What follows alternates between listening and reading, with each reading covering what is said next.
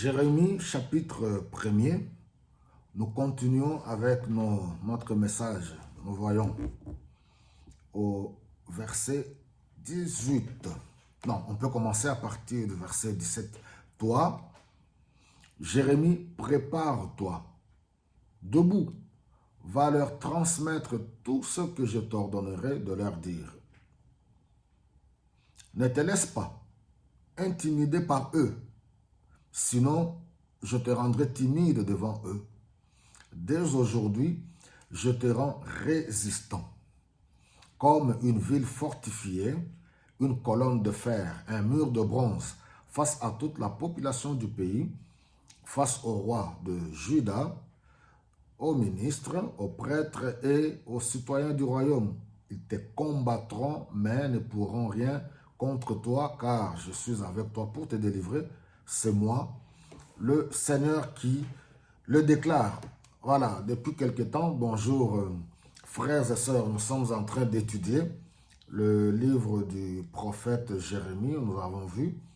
Il a été consacré avant qu'il ne soit formé dans le sein maternel. Dès qu'il a été formé dans le sein maternel, nous avons bien dit la fois passée que Dieu, c'est un Dieu qui est organisé, structuré, un Dieu qui nous connaît. Avant qu'aucun de nos jours ne puisse exister, Dieu nous connaissait, qu'on n'est pas le fruit d'un hasard. Dieu nous a appelés et que nous devons veiller sur notre vie parce que nous ne savons pas à quoi nous avons été destinés. Alors, Jérémie, Dieu lui confie une grande mission. Il lui a dit, je t'ai consacré pour être mon prophète, mon porte-parole, pour que tu puisses détruire les œuvres du diable et que tu puisses bâtir. Et nous avons vu, si nous voulons mettre cela en parallèle avec l'Évangile, avec le Nouveau Testament, nous voyons que oui, Dieu nous a appelés en Jésus-Christ. Dieu nous a confié la mission d'aller annoncer la bonne nouvelle. Tout enfant de Dieu est un envoyé de Dieu. Nous parlons de plusieurs manières par notre témoignage.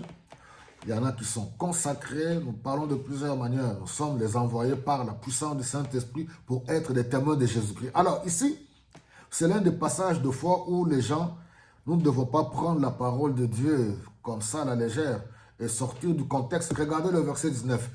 Ils te combattront, mais ne pourront rien contre toi, car je suis avec toi pour te délivrer. Ce n'est pas n'importe qui peut se lever pour dire, oui, voilà, ils me combattront, mais ne feront rien. Ils vont te combattre pourquoi? Si toi-même, tu n'as pas une alliance avec le Seigneur. Il faut d'abord entrer en alliance avec Dieu. Dieu t'a-t-il tendu la main par l'œuvre de Jésus-Christ à la croix? As-tu répondu favorablement? As-tu répondu positivement? Est-ce que tu marches dans une communion étroite avec le Seigneur? Est-ce que tu marches dans la crainte de Dieu? Parce que vous trouverez beaucoup de gens, tu vis dans le désordre, tu mènes une vie loin, complètement loin de Dieu. Et tu dis que non, ils me combattent. Tu vas chercher toi-même des problèmes. Tu vis dans le désordre. Tu es rempli de la tête jusqu'aux pieds de la méchanceté. Et tu penses que tu peux dire que non, ils me combattront et ils ne me feront rien. Non, ce passage est dédié à ceux qui sont en alliance avec Dieu. Ceux qui sont appelés par Dieu. C'est Dieu lui-même qui peut témoigner, qui dit à Jérémie. Regardez au verset 17, là, nous avons commencé, il dit, prépare-toi. Alors, un appelé de Dieu, c'est lui qui est en alliance avec Dieu.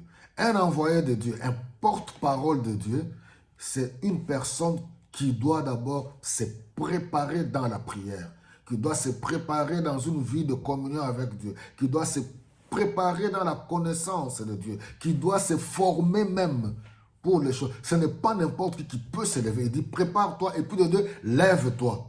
Va.